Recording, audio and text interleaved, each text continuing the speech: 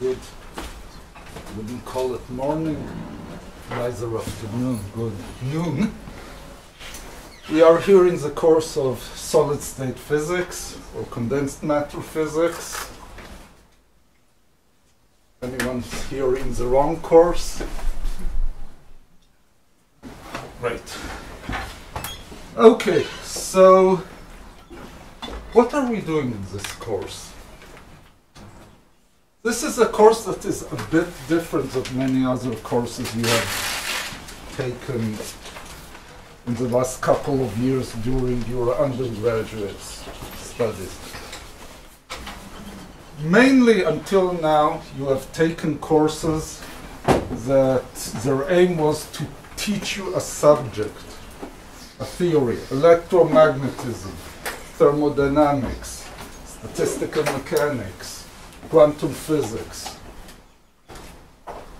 Okay. This is a course in solid-state physics, or in its more modern name, condensed matter physics, has a different aim. We are not trying to teach here a new subject in physics.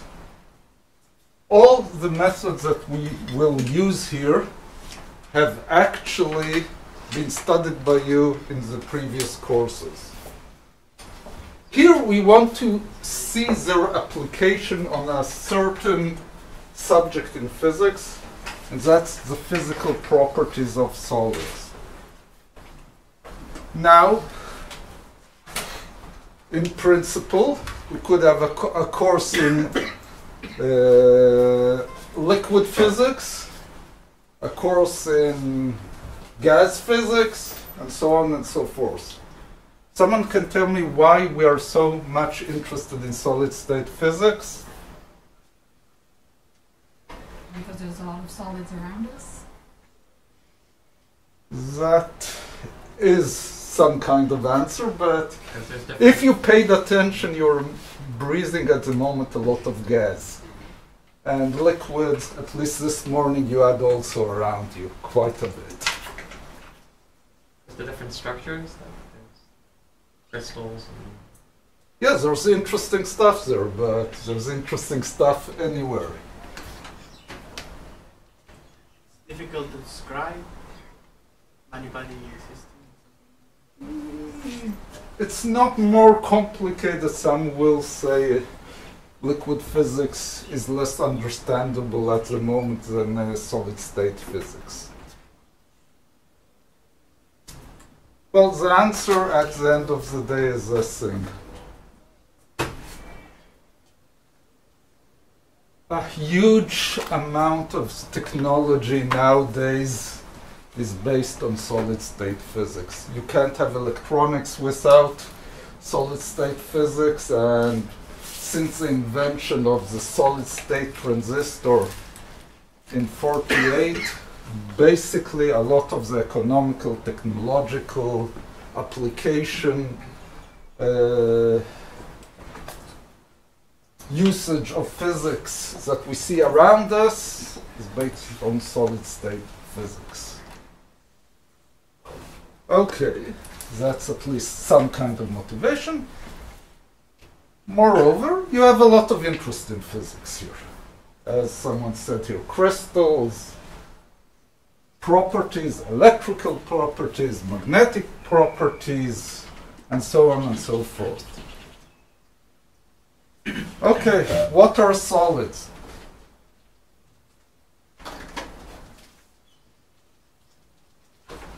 This is solid, right? No.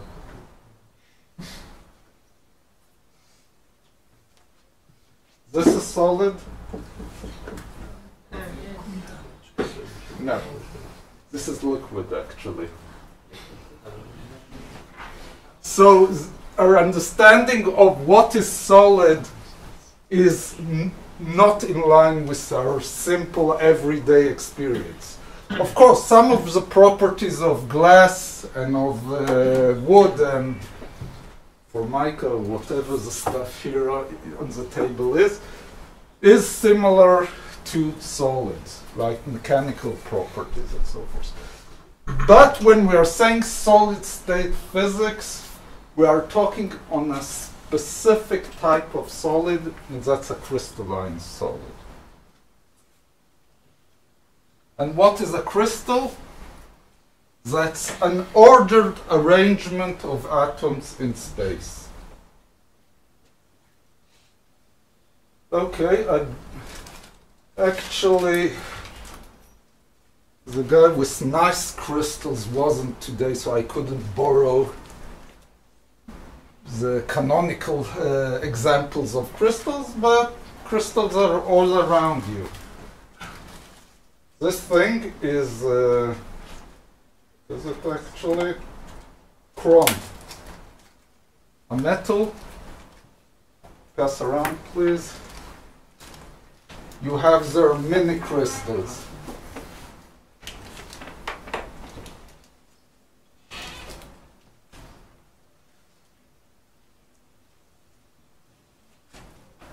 Another crystal, aluminium oxide.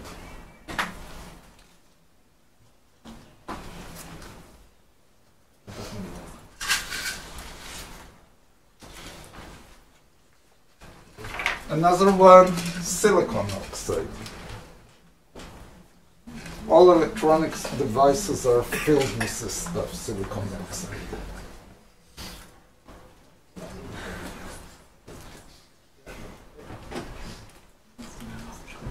And the most famous crystal, I assume someone here has it, stuff that goes into an engagement ring. Diamond. Diamond. No one has here?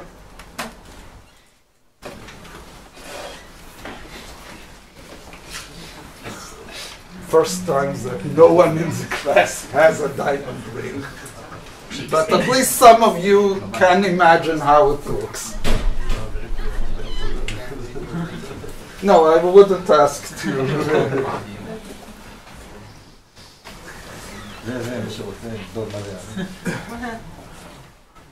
Okay, so from the stuff that you have observed, at least part of you until it gets observed. So you're looking at it and what do you see? Rock. Rock. Okay. Try harder. No pun intended.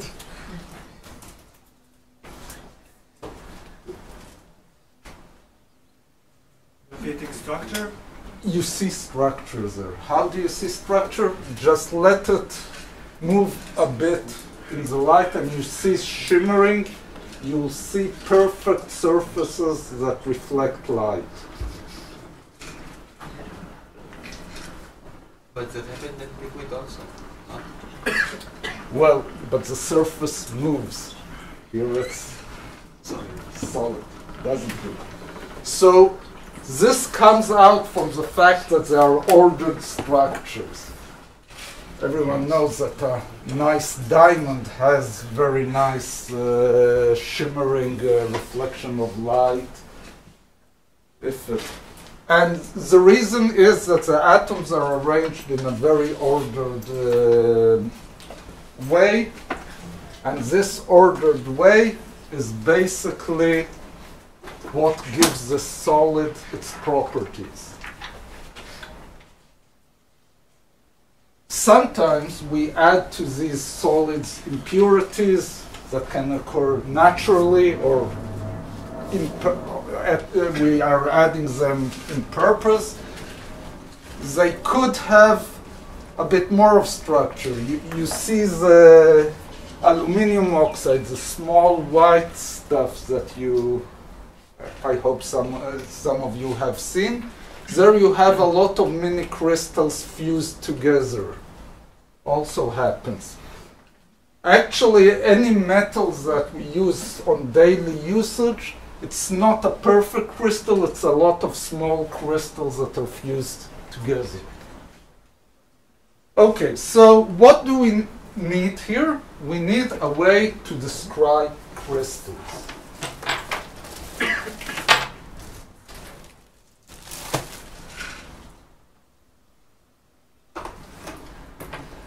Okay, so the mathematical, we need a mathematical definition. The mathematical definition is quite simple.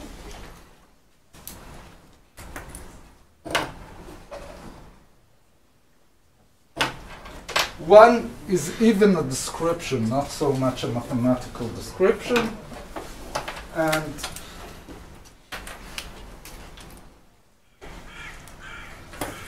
let's define it here.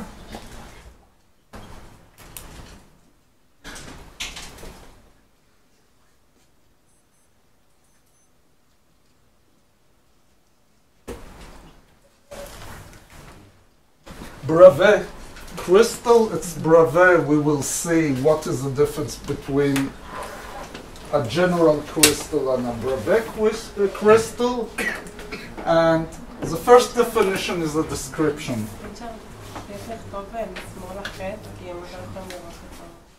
Okay, I'm still fine.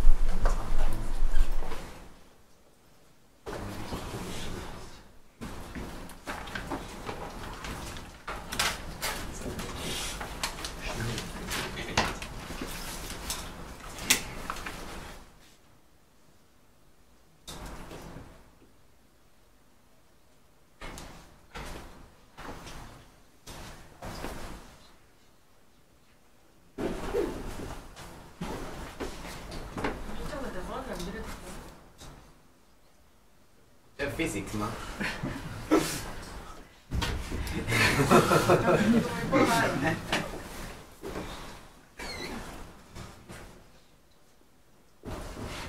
Try to.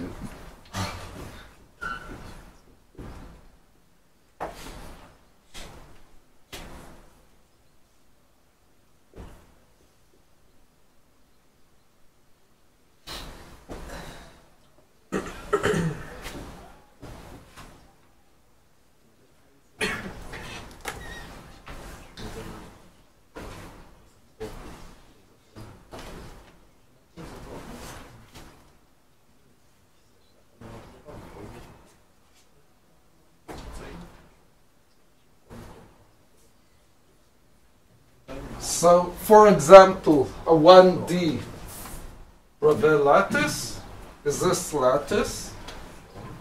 It's 1D. Assuming that I draw it with the same distance between all points, and assuming that it's infinite. Of course, unfortunately, in anything that happens in reality, I can't draw infinity. If I'm sitting on this point, or sitting on this point, or sitting on this point, I'm seeing exactly the same. Like the Ising model. The Ising model is a model of spins on a lattice. It doesn't have to be. You can put in an anisotropic Ising model. But since Ising model was formulated to describe solids, it's on a lattice. Okay, so two important things: infinite and the same.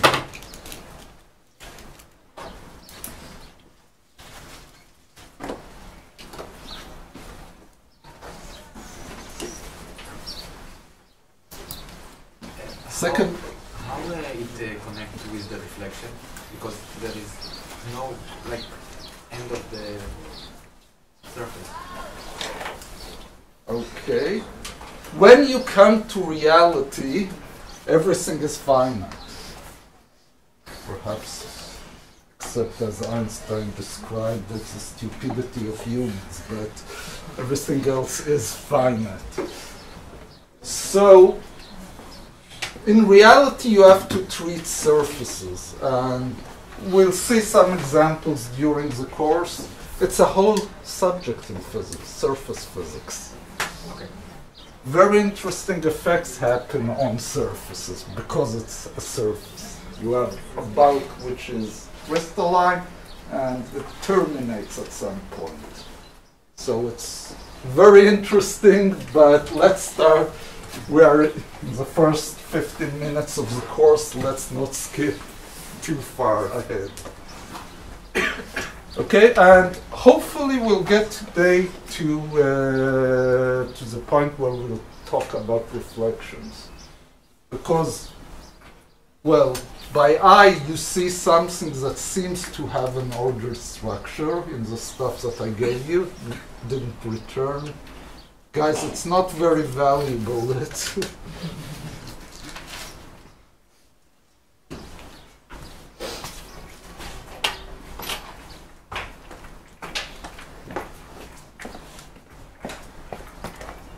Thank you.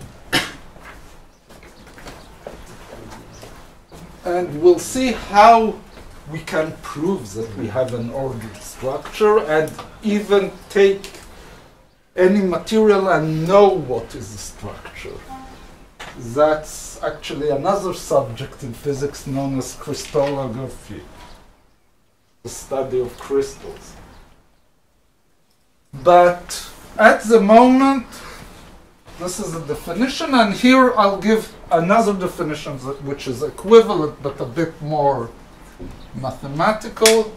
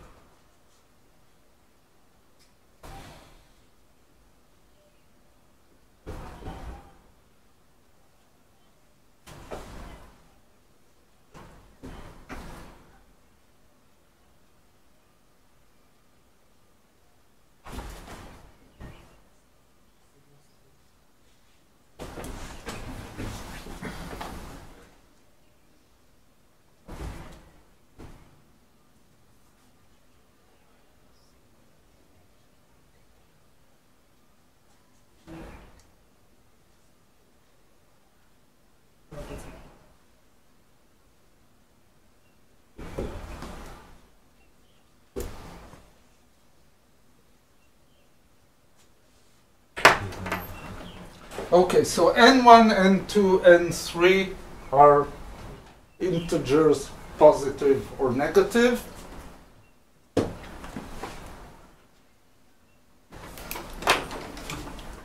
What is A?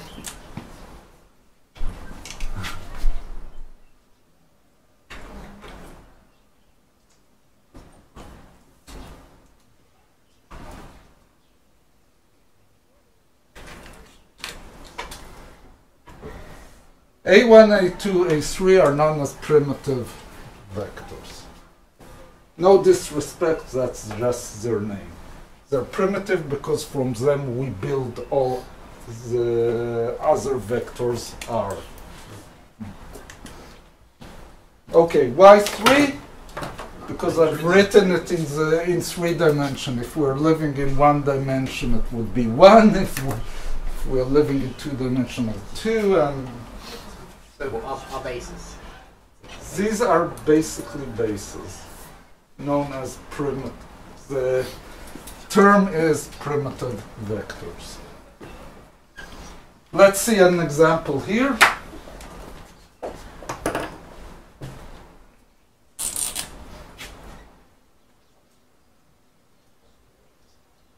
here we'll have only one primitive vector, A1.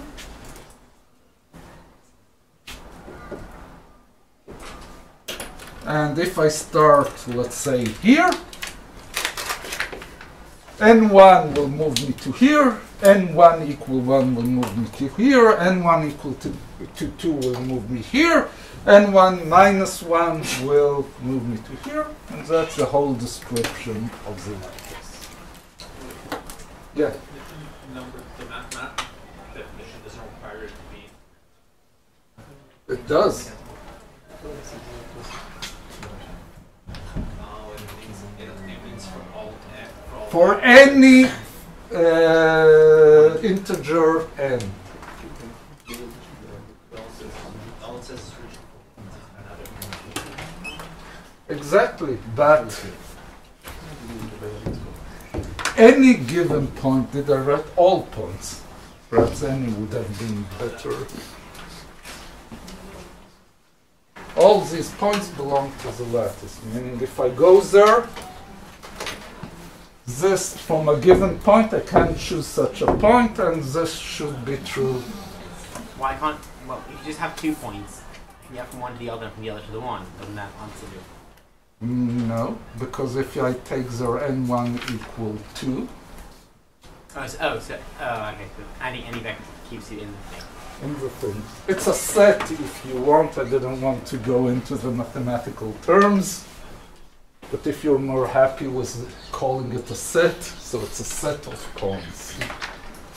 And all points that are reached by this belong to the set.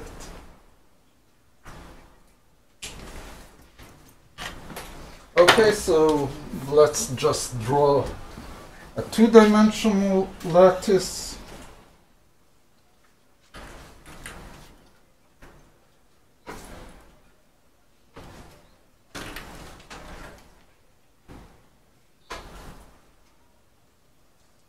Going to infinity, this is a two-dimensional, so I'll have two vectors.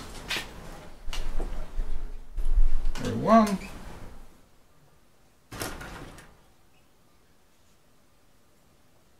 A2, and this is a two-dimensional case. So on and so forth.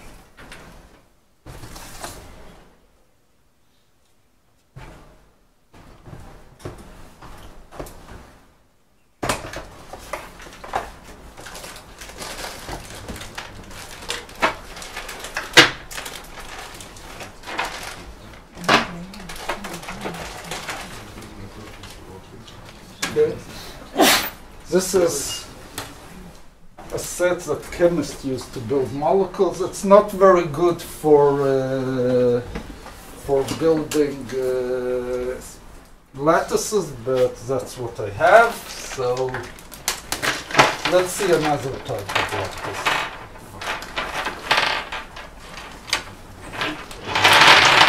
Stuff here.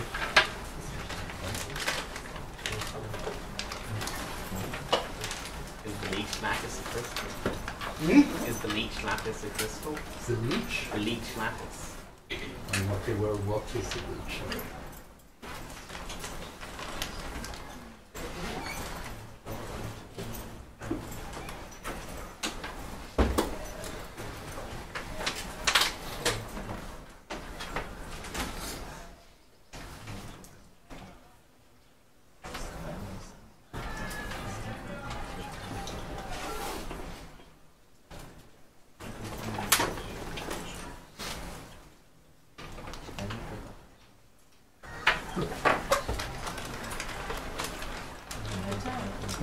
אין בעיה כאילו לא צריך להגדיר איזושהי ראשית בשביל בכלל להתייחס Okay, it was asked that don't I have to define here an origin? Actually, no, because all these points are symmetric. But what does it mean to add an integer if you don't know where you're starting from? From a given point, I choose a point and move from there. Okay. There's nothing. Well, it's even worse. It can't be a special point because if there is a special point, it's not a lattice. So you can immediately tell me, but any finite lattice, well, has a special point where it ends, right? But it's not a Bravais lattice in this meaning.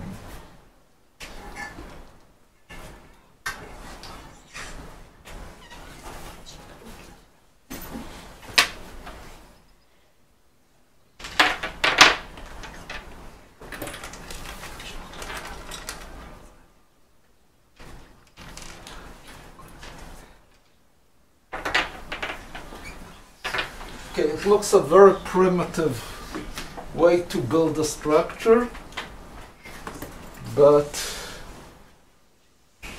basically a lot of chemistry was understood in this primitive way of building models out of sticks and rods. Some, let's say, the structure of DNA was first understood exactly by this method. Some X-ray pictures and trying to build something that will fit with it.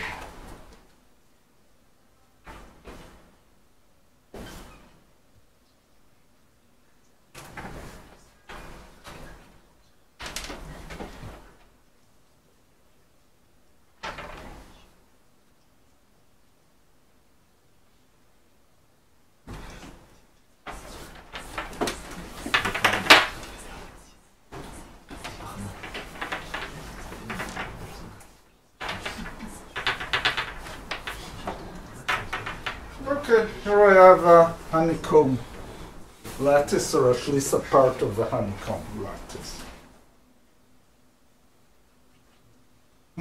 Some of you at least have it or sitting before it. Anyone has here a pencil? Yeah. Hmm?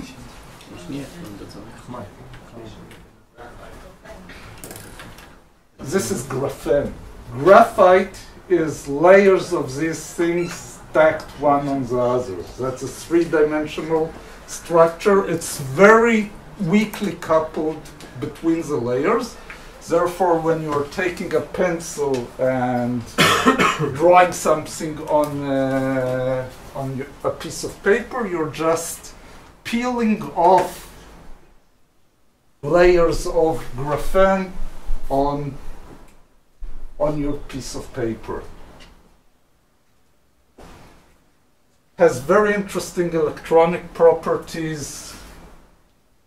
Let's say you have nowadays basically displays that are built out of graphene,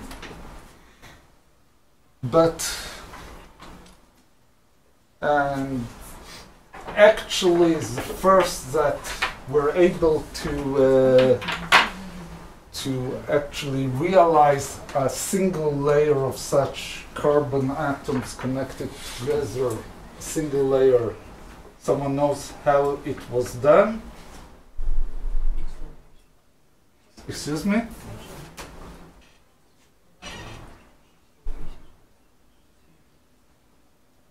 Basically, people for decades tried to deposit such things to create in an ordered matter such a structure, and never worked.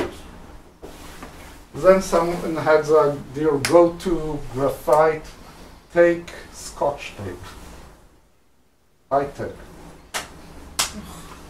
connect it, pull it off, and sometimes, not every time, you'll get a single layer of graphene on it.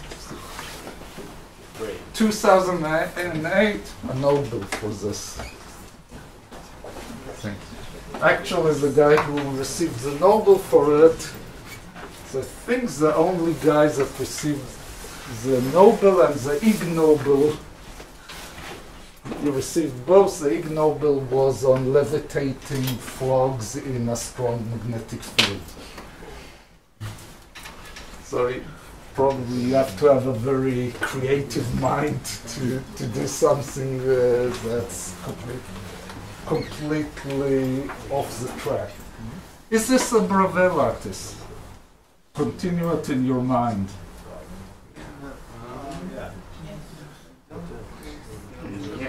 It's supposed to be. No, it's not a Bravais lattice. No. For the simple reason, let's look on this guy. To go to its neighbors, you have to go to the right, to the left, and down. This guy, the primitive vectors are opposite. It's because it's So this point is not equivalent to this point. If we'll go back to the original definition, this guy is not a Bravais lattice. Although, it's a wonderful lattice, but it's not a Bravais lattice. We'll see how to treat it. It's two Bravais lattice, no? One, Well, two. let's jump. Wait, but it's not infinite. It's not infinite because I have your finite time and finite resources. Yes. Is it not a Bravais lattice because we need two vectors and not three? Because with No, three, because I'm going back to the first definition.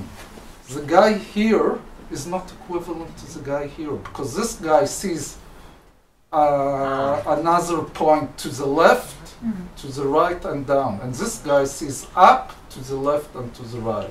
the direction of The directions are not the same. And since this is a two-dimensional structure, I can use only two primitive vectors. I can't get from here to here. I can always get to the next one, to the next nearest neighbors, but we'll see how to describe it as a Bravais lattice, because a Bravais lattice is a very useful mathematical tool, and we'll see what you do there. We could also say that because it's not infinite, that it's not. Well, not infinite is always a problem in anything you'll see in nature, because, as I said, nature at least the facets of nature that we are familiar with is always finite. So sometimes it doesn't change our conclusion too much. Sometimes we have to work into what the fact that we are not infinite, how it changes our conclusions. But to come and say that any lattice that you'll see in nature is not infinite, okay, sure. Wow. But as a mathematical concept, a lattice is infinite. Okay. So let's see some types of lattices that are existing in nature.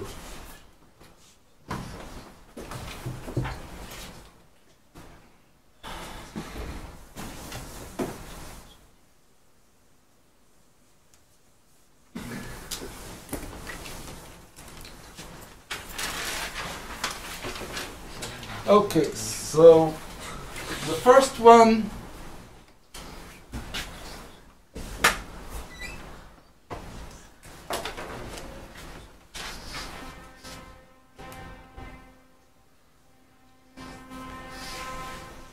simple cubic.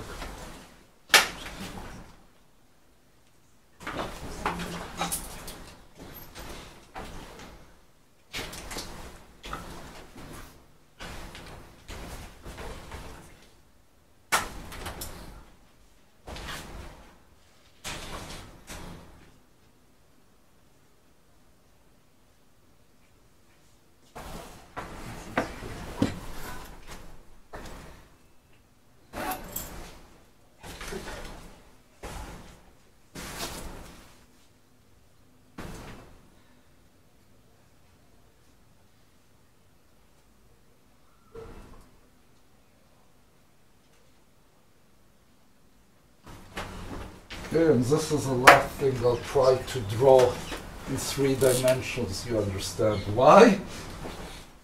So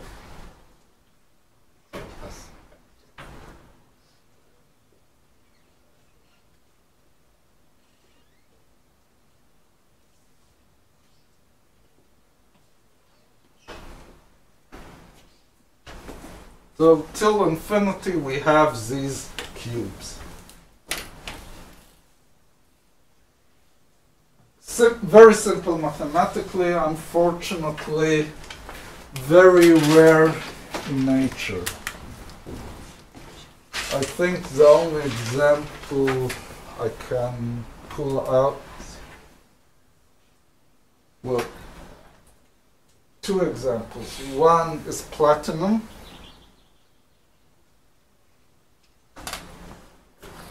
The second is salt, table salt. But there it's not a brevet because you have Positive and negative ions. you have positive and negatives that are not the same points. But if you ignore that, the structure is cubic.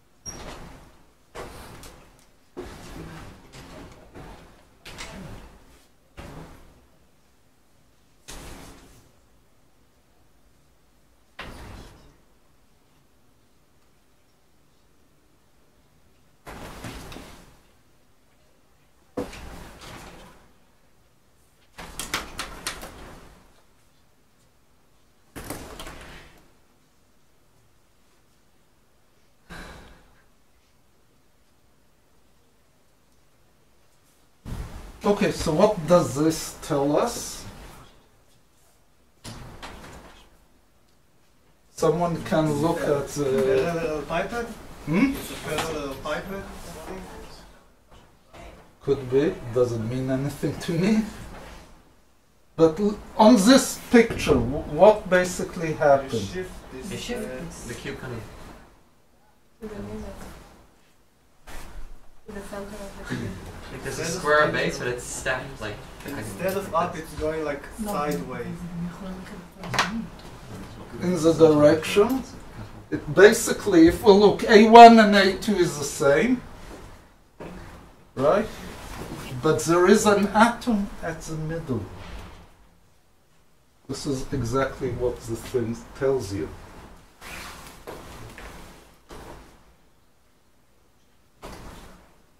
It says if take the simple cubic and add an additional lattice point in the middle of the cube.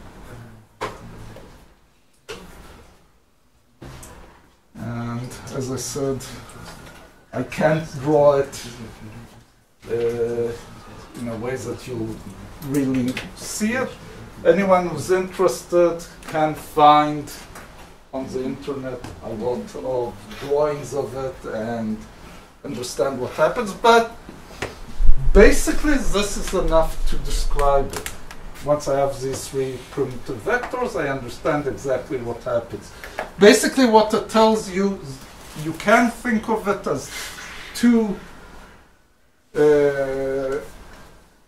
two-dimensional sheets.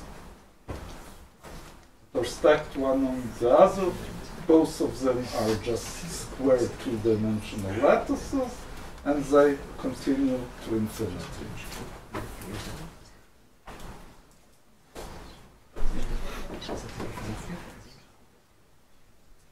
This guy is actually extremely ubiquitous in nature. One of the best examples. Iron? Iron.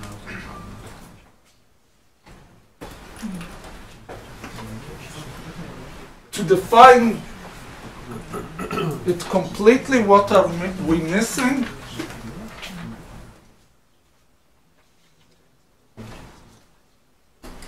Electron? Something much simpler. Hey, exactly, I didn't give you a length scale.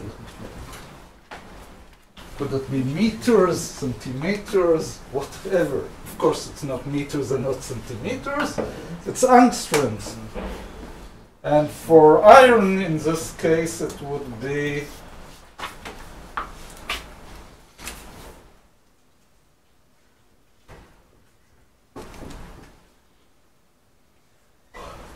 if someone is not familiar with angstroms.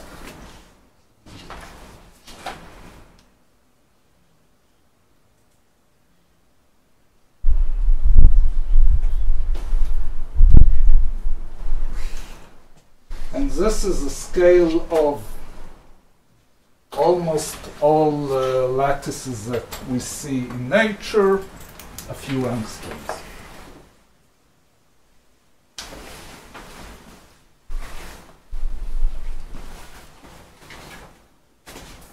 Another material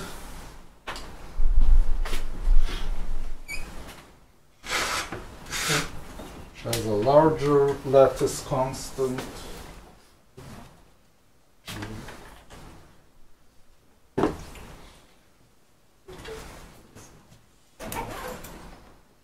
Anyone knows what's a BA? Barium? Barium.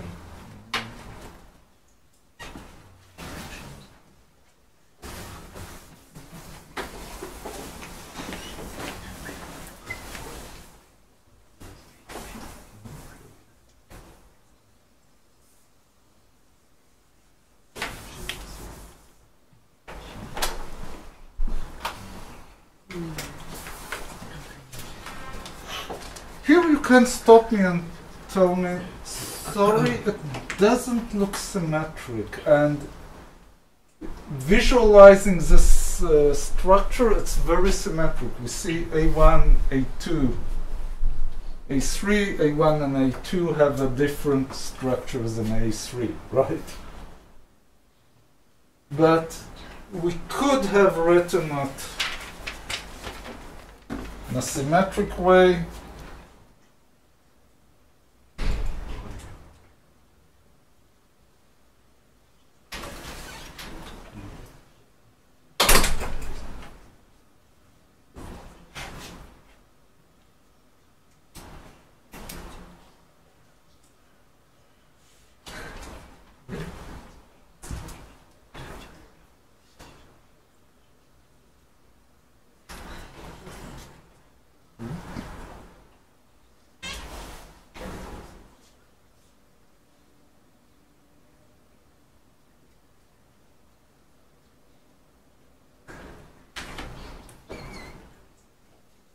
It's the same structure.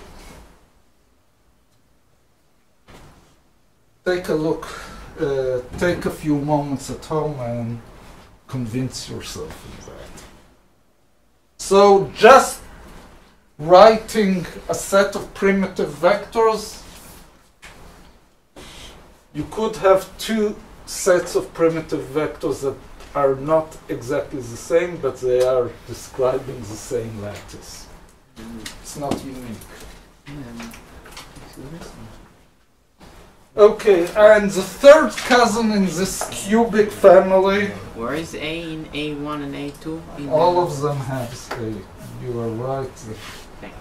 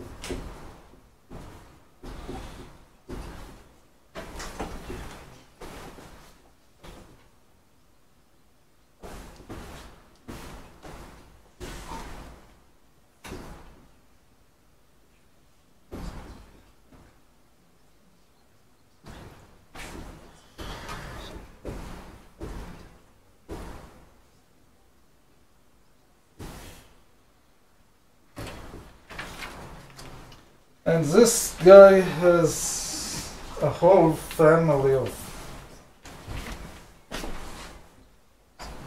metals.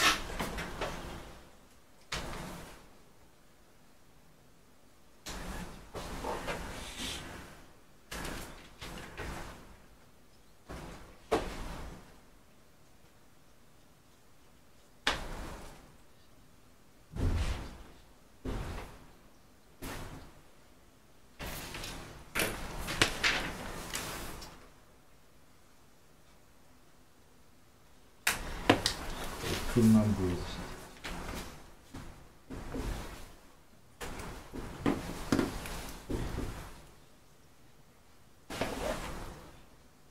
And so it's aluminium, gold, and chrome. I have here a number that seems to be okay.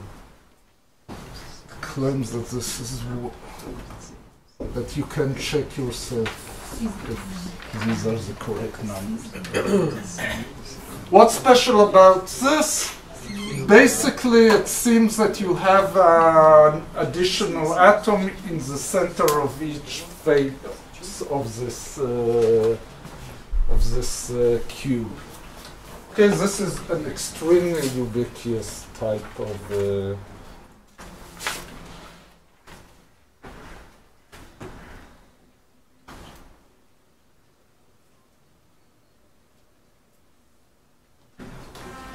another concept that we have here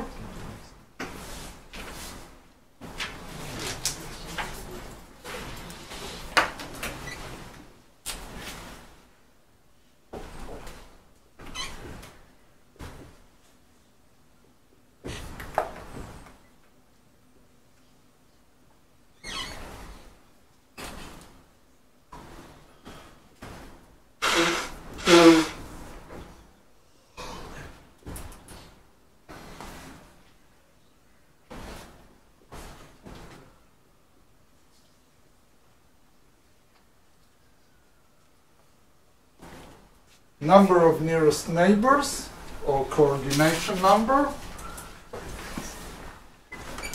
For the cube, someone can simple cube. How many nearest neighbors we have? 6. Up, down, left, right, whatever you call it. So it's usually denoted by Z, and in this case it's 6. And convince yourself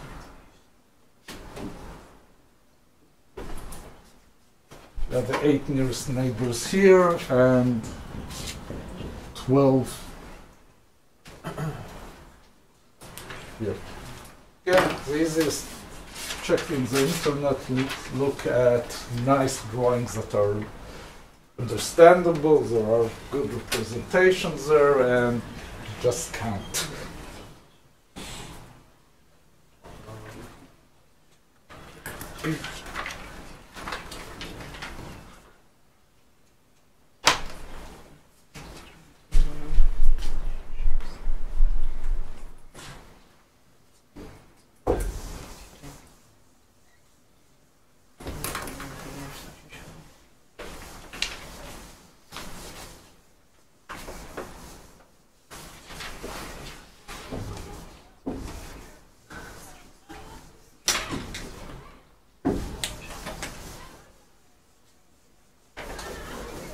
Okay, these are examples. There's a whole science of describing the different structures that we have in nature, crystallography, and I don't intend to start drawing here, and I don't expect you to remember all the structures that exist.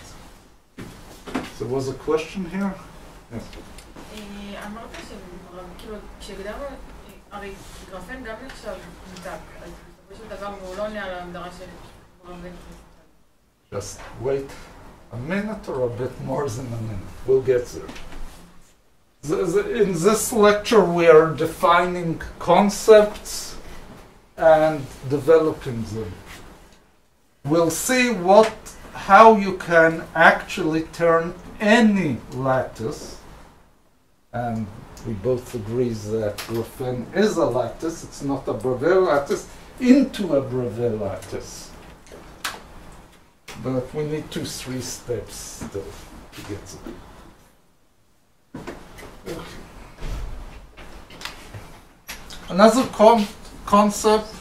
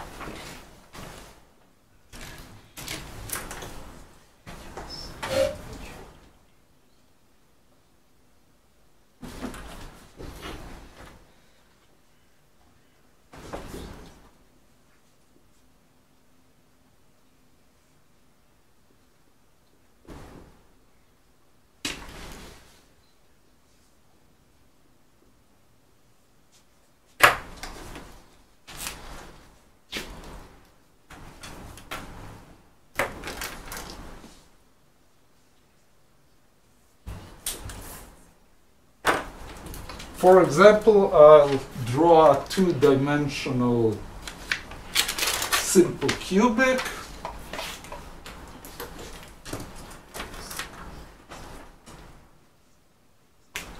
Cubic, I'm not sure about it.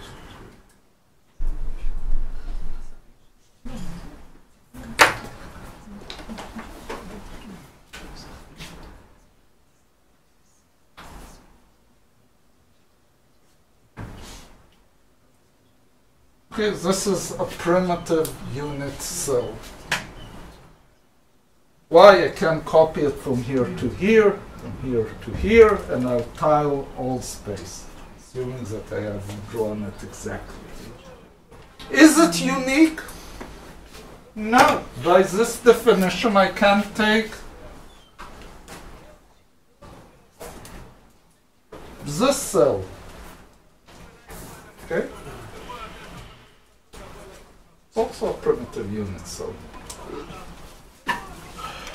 One point, I can tile with it the all of space.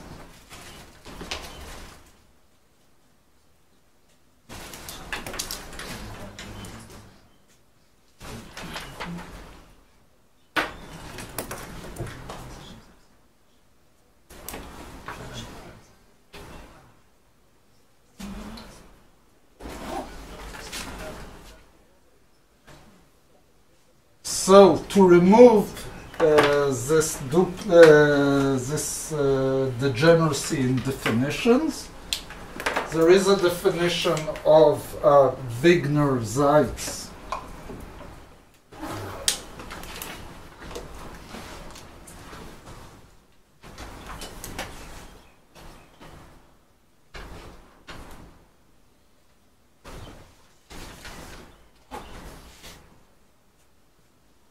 The Wigner-Seitz cell, named after two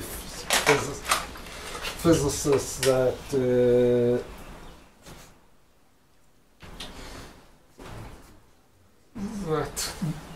brought forward this definition. Wigner is very known all over physics. A lot of things he has performed during his work in physics. And the definition, I'll give you the operational method. color.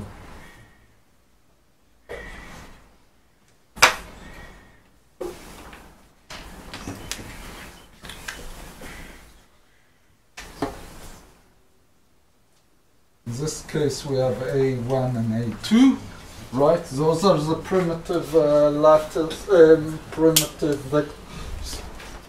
Cut them in the middle and draw lines in parallel. That's a Wigner's Seitz cell.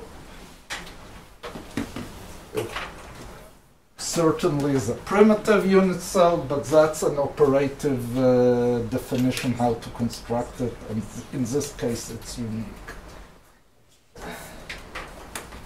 Okay, so assuming I did it in the middle, well, can't be, the blue one and the red one have to be the same, but apparently I didn't draw the first one to scale. Okay. What, there was here a question? לא אמור להיות R אחרי ה... Wigner, of course.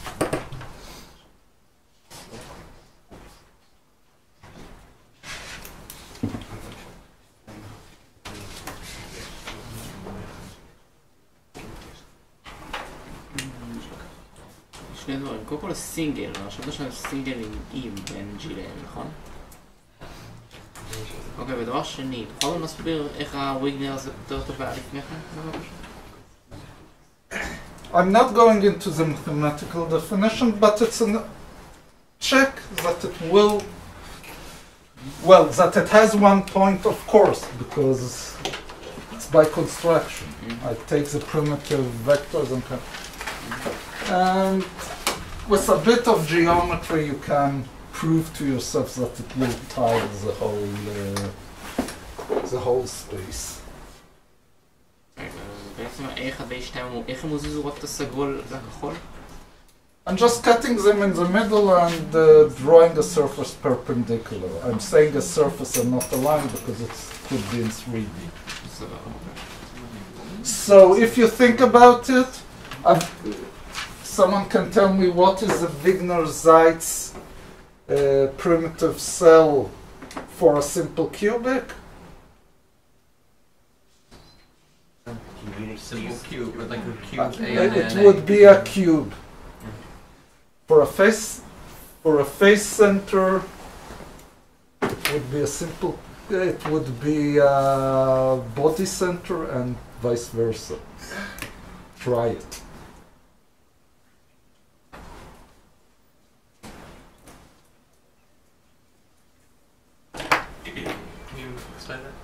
No, if you're interested, try it. But those types of things, if you don't do it, it's above your head. If you don't draw it once, it's very hard to internalize. Not very important at the moment, but okay. Let's get to the point that bothered you for the last half hour. What is this? We said it's a lattice, but it's not a Bravais lattice. E6.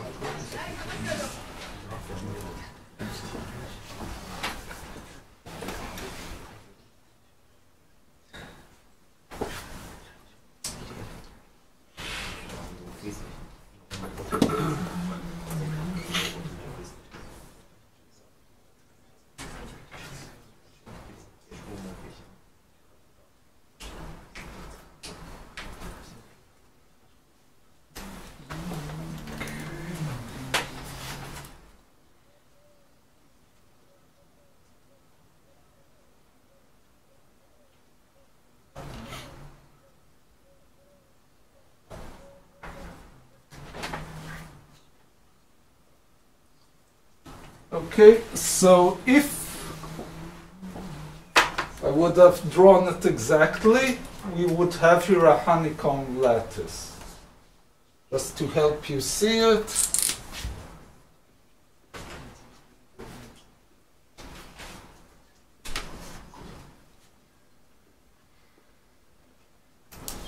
Okay, and I fooled myself. Yeah, there's a square in the middle, I think.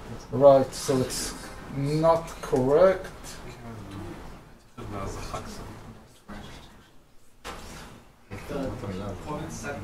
Okay. No, no. What I have to do here, of course.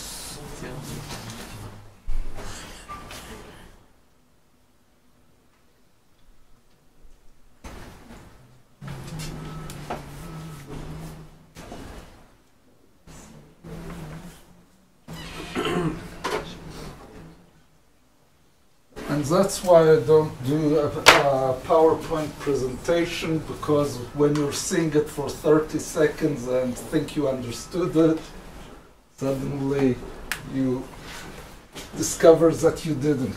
And okay.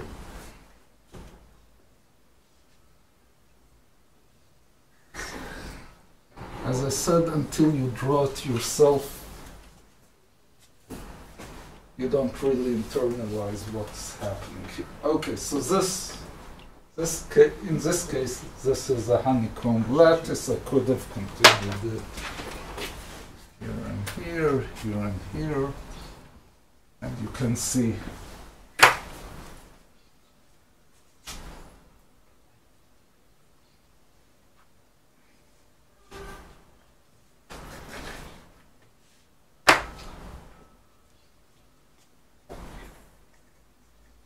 Okay, but as I said, it's a lattice, but not a Bravais lattice.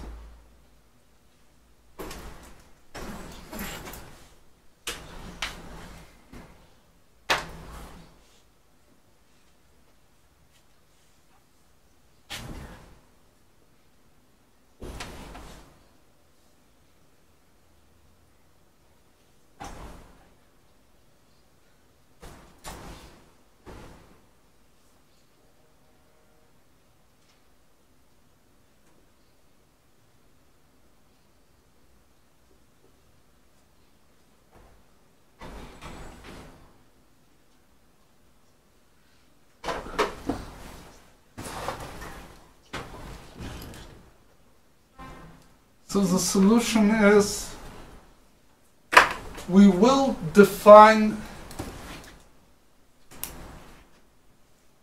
lattice points that do not correspond exactly to the atoms, and not necessarily that every lattice point has an atom in it. For example, let me here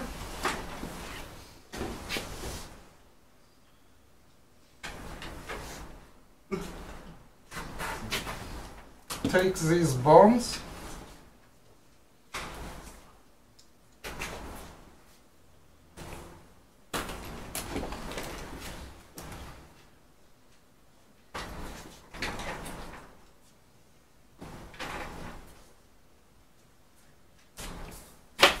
and combine two atoms together.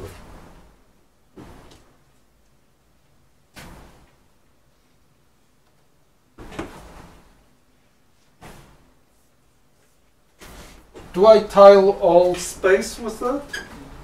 Can see that? Yes. What are your three basis vectors in this case? Do I have three? Only First of all, only two, because this is two-dimensional.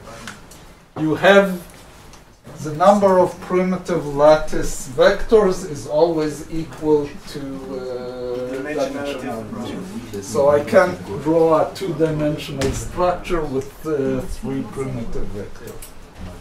So I have to have here two. But first, what are the lattice points? Oh, I can choose. Let's say where I'm putting the red X's.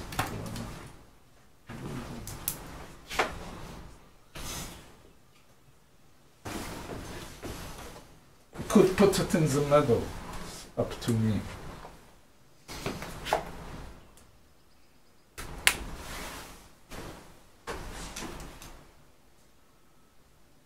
This is not a lattice point. The lattice point of this guy would be here.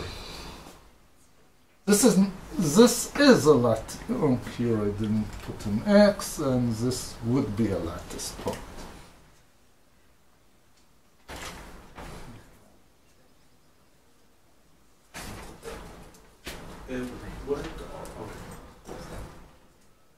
Wouldn't also the point right next to the Prof edge also be a lattice point? Let me see what I missed. This guy is. Did I miss another point? Yes, down there on the bottom, left bottom. This guy. We don't know. No. This guy is here, and this guy belongs here.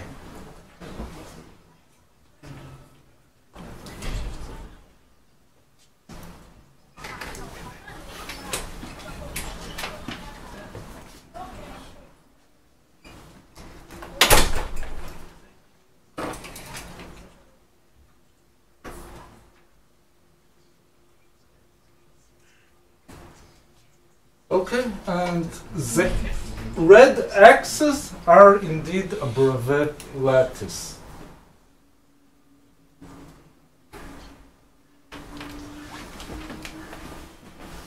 Okay, but in this case the Brevet lattice doesn't include all information on the structure of the physical lattice. It tells me where this guy is, but doesn't tell me where this guy is. Okay, so when we will describe this type of lattices, we'll have the Brevet lattice that tells me one point in the structure, and then we'll have additional vectors which tell me there are additional atoms in this structure.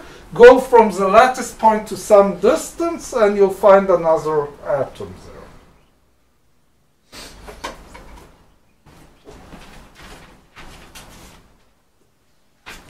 When we'll go and calculate physical properties, of course the fact that we have more than one atom in this Brevet lattice will make a difference. Make a huge difference. But from the point of view of describing it as a lattice, the red guys are lattices, the black ones are not. Here every point sees the same point, and we can go and describe the lattice by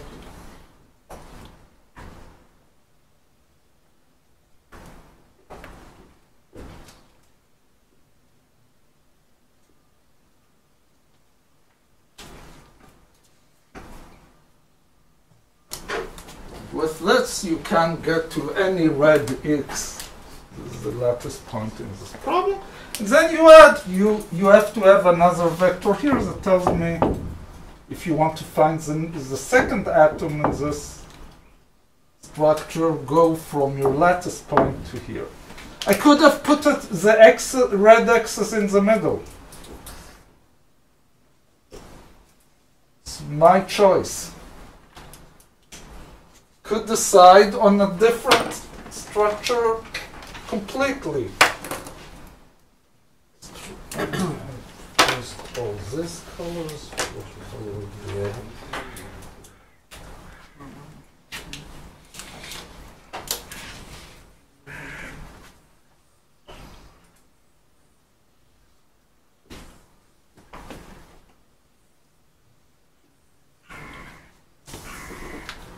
Also fine.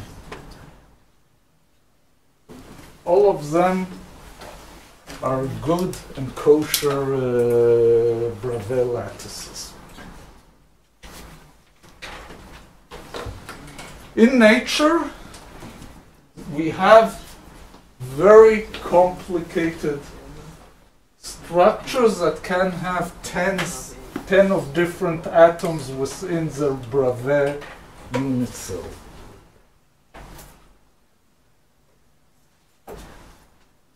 You're going in even worse situation, or if you want more interesting, you can create a Bravais lattice with 10 to the 6 atoms. What is such a structure? DNA? DNA, exactly. How was DNA measured in the beginning of the 50s?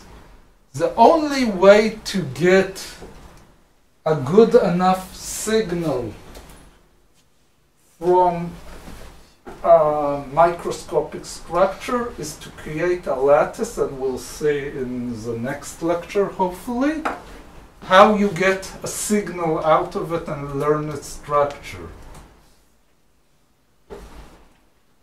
But anyone here heard this term crystallizing DNA, or crystallizing a protein, or crystallizing anything? So no one here read a bit about biochemistry. Until a few years ago, the only way to learn a structure of a protein, a structure of DNA, a structure of any complicated molecule was to crystallize it into a Bravais lattice, meaning that the unit cell, in the case of DNA, has 10 to the 6 atoms. It sits in some Bravais lattice.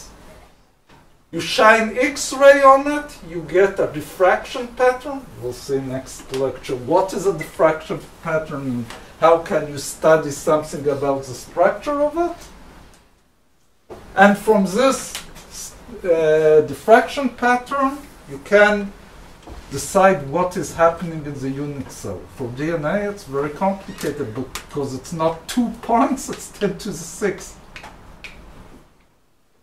points. And if DNA in principle wasn't so repetitive, the fact that it's a double helix and the rungs are almost the same, we could never, until a few years ago when more stronger type of techniques were developed, we couldn't have deciphered anything about it.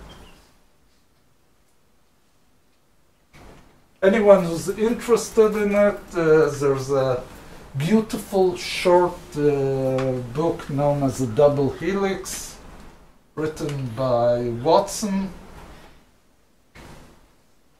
one of the co-discoverers, Watson and Crick. A very amusing, short book about the discovery. Nowadays I'll tell you that it's somewhat politically incorrect. True, but it's still a very nice, and you see the excitement of the discovery from the importance of X-ray diffraction and building models, as we did here, which is basically what they did. They understood something out of the X-ray patterns and then built the models. Okay, but we're not doing here biophysics. Now, a huge number of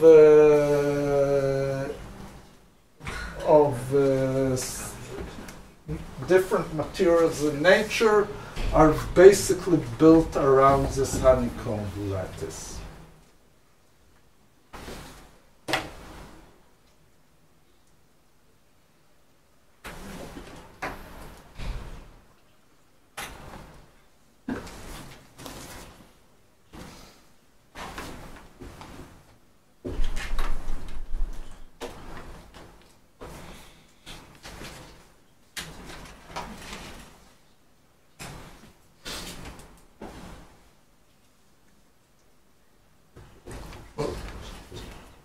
In this case, it's not a honeycomb.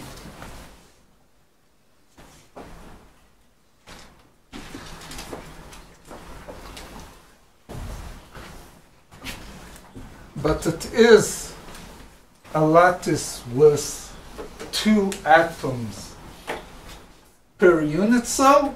It's basically an FCC where you have 1 atom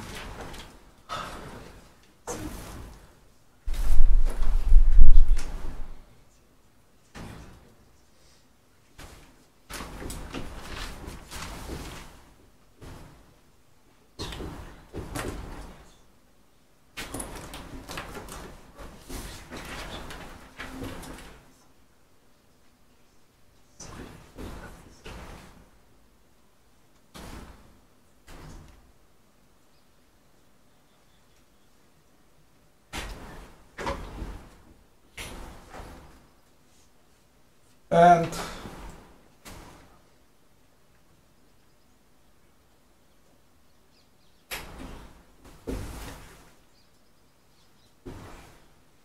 carbon, silicon, germanium, all of them have this structure.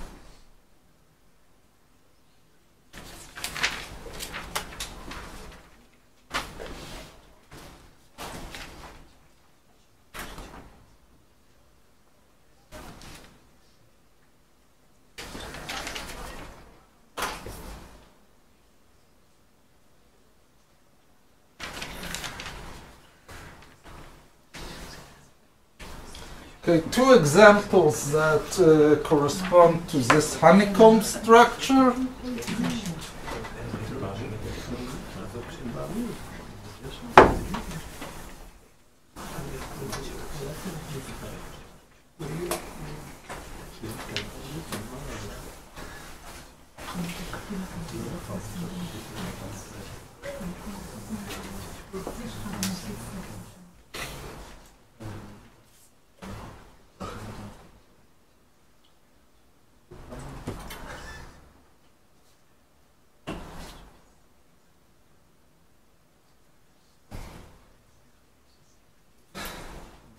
The mind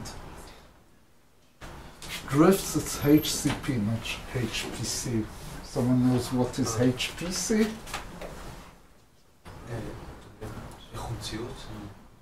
High performance computing. So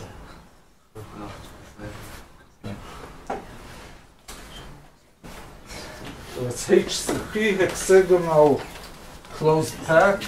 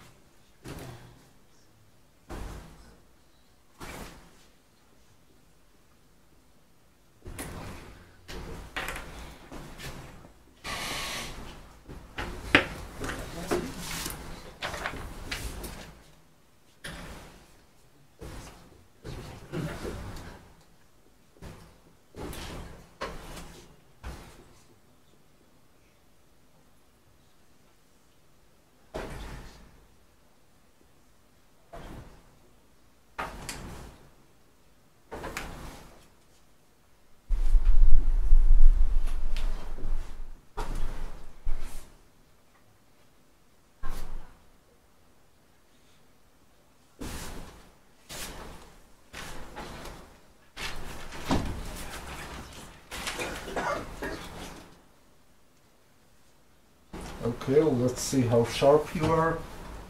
From this description, how does this structure look like?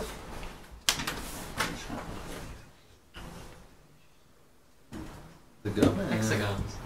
It's like Exactly. It's hexagons as we have drawn, stacked one on top the other. Because you see that in the z direction, nothing special happens. It's just like the cubic. So it's hexagons stacked one upon the other. This guy is a hexagon, a Bravais lattice of a hexagon. If you're, fortunately I wiped the board, but you saw that one of the vectors was directly down. That's this guy, and this is the other one that had some angle. And in the z direction, they are just one on top of the other. Unfortunately, as simple as this lattice seems, it doesn't appear in nature.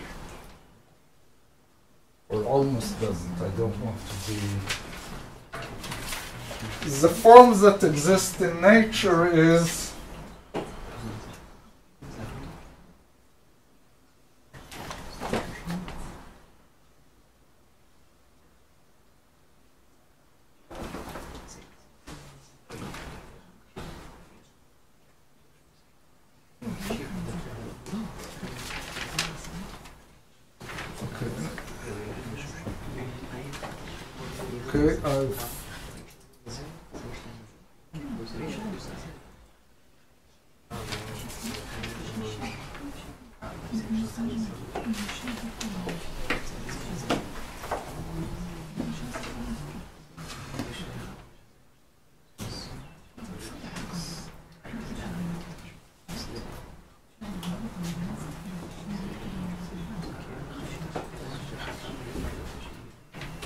I've misled you a bit. This is a simple hexagonal. What happens for the forms that appears in nature, the hexagonal closed pack? It's a repetitive of two layers, one on top of the other, where the first layer is described by this guy, the second is shifted. Returns and returns and returns. That's what you have in graphite, for example. So basically,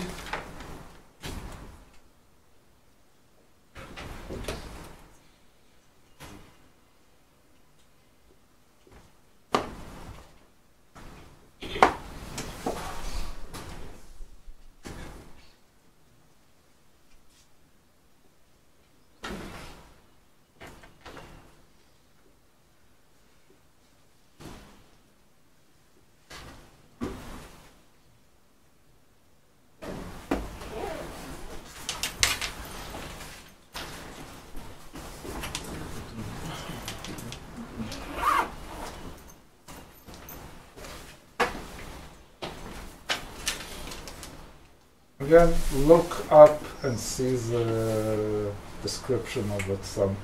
Just ask for hexagonal closed pack and you'll see the description drawn.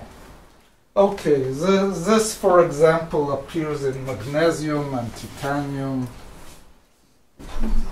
And yes? But we just said that we can't, a hexagonal lattice itself is not a Bravais lattice. But and here I think it's like macrolide, not hexagonal. Yes, because when we took the hexagonal, what did we do? We created a new cell. A new cell, and this cell does look like a parallelogram. Okay. Exactly, that's why.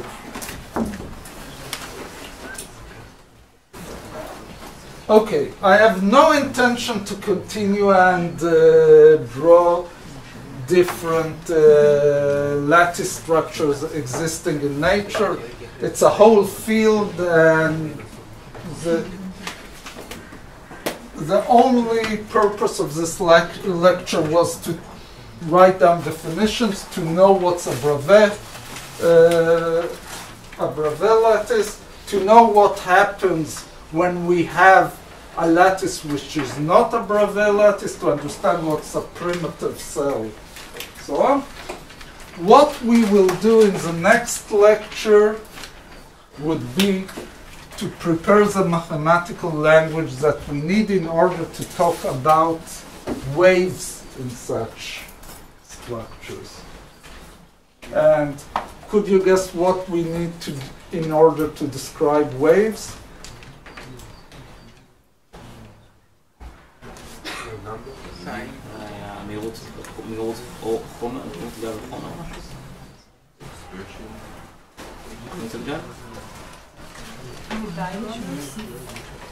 What we need in any case that we describe waves is Fourier transform. So we have to go and invent a language. Fortunately, we don't have to invent it. It was invented for us, which will enable us to perform a Fourier transform on this lattice. And once we have that, describing waves in this lattice, let's say for X-ray diffraction, becomes much easier. And that will do in the next lecture. Okay, one thing that I forgot to mention in the beginning of the lecture, what literature do we use? Well, in this course it's very, very simple.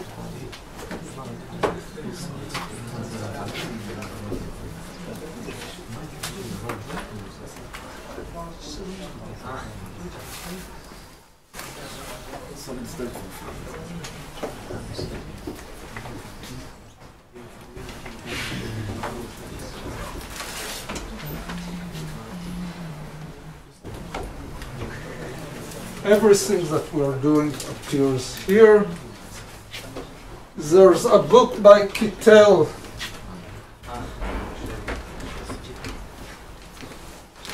which has two, one's solid state physics, one's introduction to solid state physics.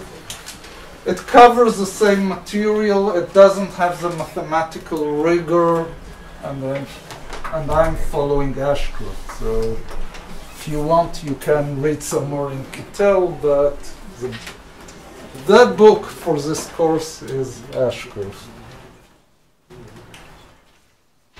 Thank you. Okay. At the end of the semester, how is our grade going to be composed? 80% final examination, 20% homework. Because in the middle, it appears that we have a final 50% project. That was a mistake by what can you call it, secretaries that requested a correction on some other course and they performed it on this course. No, you have no projects. But I will emphasize, do the homework, because 20% could be the difference between a reasonable grade and a failure. Thank you.